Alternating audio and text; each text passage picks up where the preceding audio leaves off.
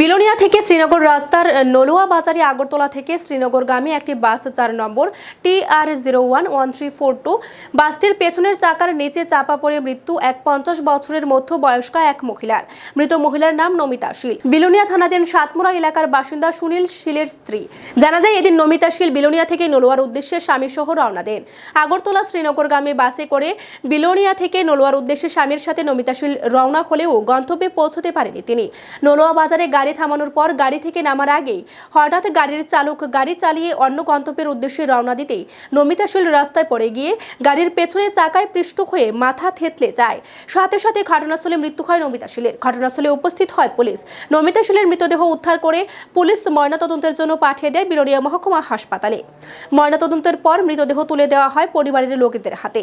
কান্নায় ভেঙে পড়েন পরিবারের লোকজন। এই মৃত্যুর খবর বিলোনিয়া সাতমুরা এলাকায় ছড়িয়ে পড়তেই এলাকা জুড়ে শোকের ছায়া নেমে আসে। মানে তোমার বদি হয়? বদি, আমার বদি। কি নাম? নমিতা শীল। হ্যাঁ, বয়স কত? বয়স ওই যে 48-50-এর কাছাকাছি। উনি আত্মীয় বাড়ি থেকে যা গিয়েছিল তখন সেখানে গাড়ির থেকে নামার সঙ্গে সঙ্গে গাড়িটা টান দিয়ে রয়েছে। মানে গাড়িতে অ্যাক্সিডেন্টে মাথার সামনে জায়গাতে লগে কে আছিল?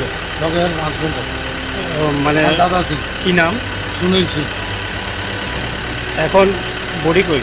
বডিটা হাসপাতালে আনা হয়েছে, পোস্টমর্টম করছে, পোস্টমর্টম করা হয়ে গেছে। এখন সপ্তাহ ব্যবহার করে আমার সৎকার আমরা নিয়ে যেতে।